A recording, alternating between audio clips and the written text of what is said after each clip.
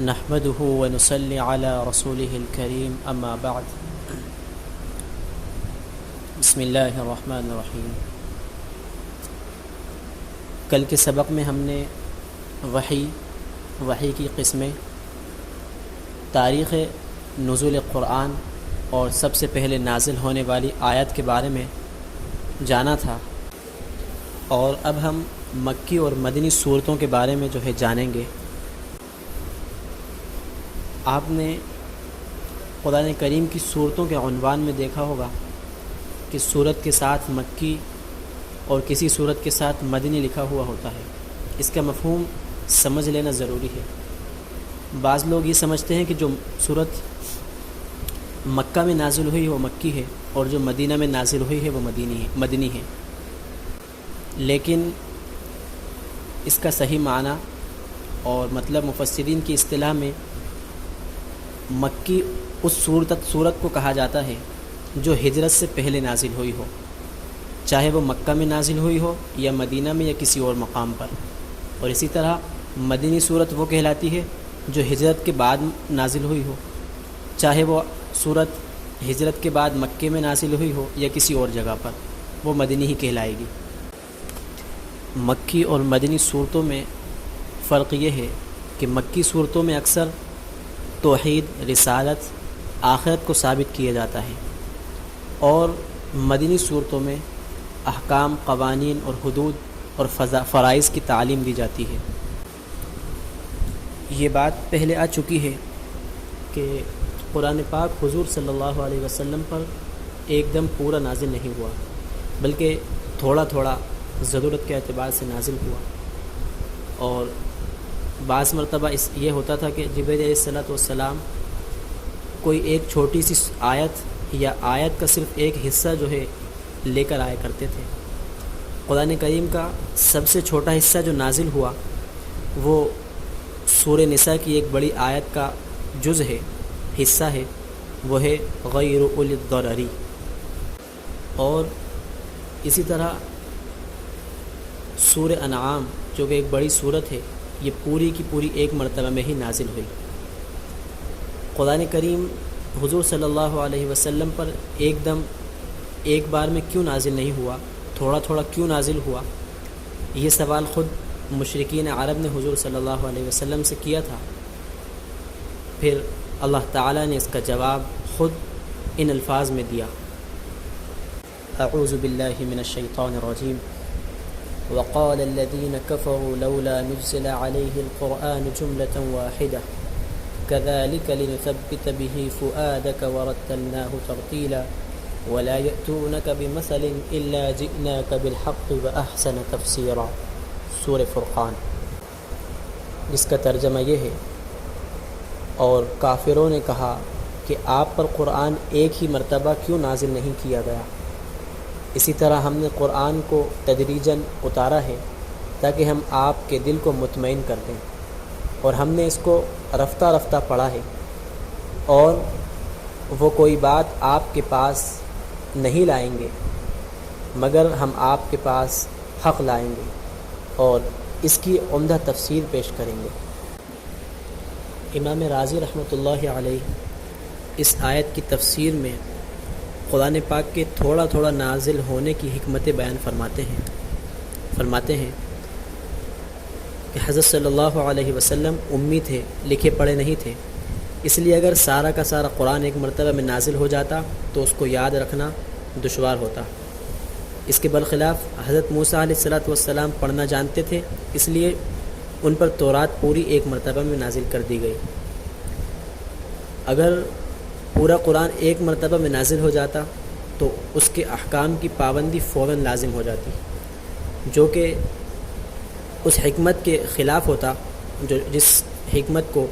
شریعت محمدیہ میں ملحوظ رکھا گیا ہے، اس کا خیال رکھا گیا ہے۔ حضور صلی اللہ علیہ وسلم کو اپنی قوم کی طرف ہر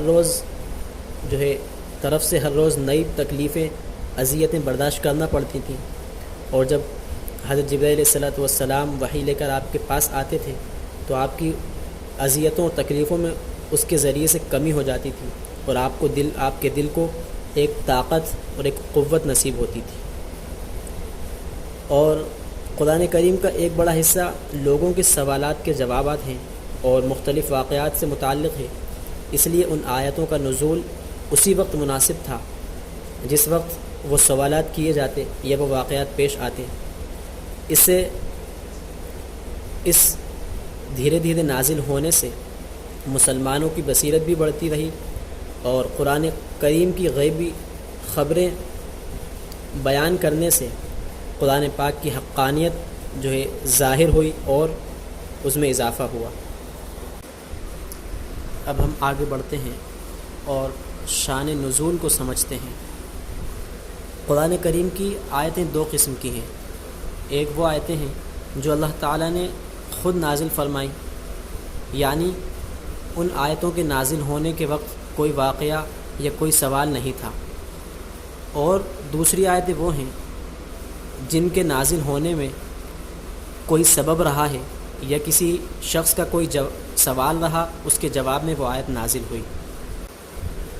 تو جو واقعہ یا جو سوال آیت کے نازل ہونے کا سبب بنا، اس واقعے یا سوال کو مفسرین کی اصطلاح میں شان نزول کہا جاتا ہے۔ شان نزول کی مثال سورہ بقرہ کی آیت لا تنكحوا المشركات حتى يؤمن ولأمة مؤمنة خير من مشركة ولو أعجبتكم۔ ترجمہ: مشرک عورتوں سے نکاح نہ کرو جب تک وہ ایمان نہ لے آئیں، اور بلا شبہ ایک مومن کنیز یعنی باندھی ایک مشرک سے بہتر ہے، خواہ وہ مشرکہ تمہیں پسند ہو۔ تو اس آیت کا شان نزول یعنی اس آیت کے نازل ہونے کا سبب وہ ایک واقعہ ہے جو یہ ہے کہ زمانہ جاہلیت میں حضرت مرثد بن ابی مرثد عنوی صحابی رسول رضی اللہ عنہ ایک عناق نامی ایک عورت سے تعلقات تھے۔ اسلام لانے کے بعد یہ صحابی مدینہ طیبہ چلے گئے اور وہ عورت مکے میں رہ گئی۔ ایک مرتبہ صحابی رسول کسی کام سے مکہ میں تشریف لے کر آئے تو اس عورت نے انہیں گناہ کی دعوت دی۔ صحابی رسول رضی اللہ عنہ نے صاف انکار فرمایا کہ میرے اور تمہارے درمیان اسلام جو ہے آڑ بن چکا ہے، لیکن اگر تم چاہو تو میں حضور صلی اللہ علیہ وسلم سے اجازت کے بعد تم سے نکاح کر سکتا ہوں۔ مدینہ تشریف لا کر صحابی رسول رضی اللہ عنہ نے آپ صلی اللہ علیہ وسلم سے نکاح کی اجازت چاہی اور اپنی پسندیدگی کا اظہار فرمایا۔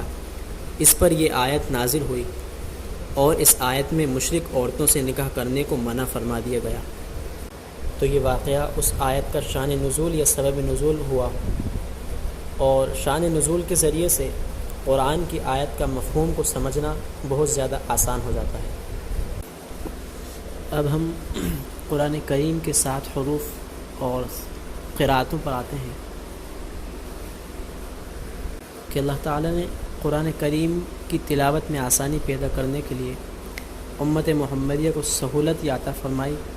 کہ اس کے الفاظ کو مختلف طریقوں سے پڑھنے کی اجازت عطا فرمائی۔ اس سلسلے میں نبی کریم صلی اللہ علیہ وسلم کا ارشاد ہے